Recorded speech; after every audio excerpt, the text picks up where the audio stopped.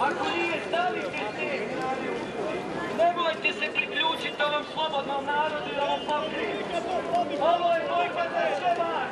Ne mogu nas sve pobiti!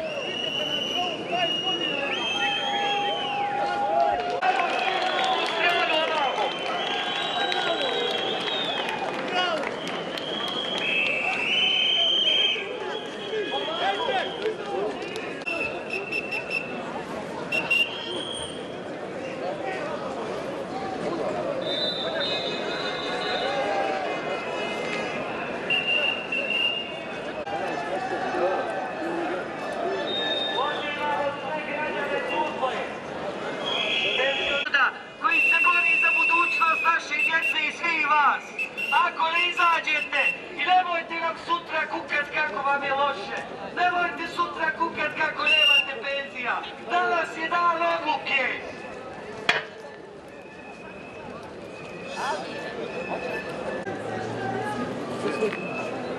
Mogu sjedati, vidite, čitate malo, ja jučer saznam neki stvar, pijetak saznam ovdje,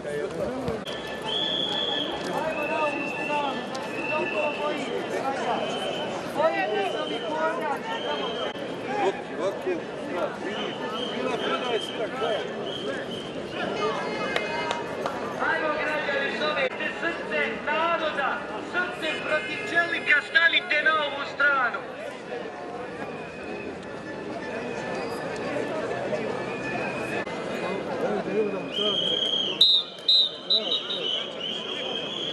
On je u sindikatu.